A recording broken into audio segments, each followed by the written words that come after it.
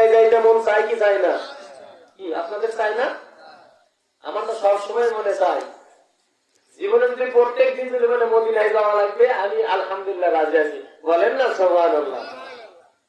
এই গজলটা আমি লিখছি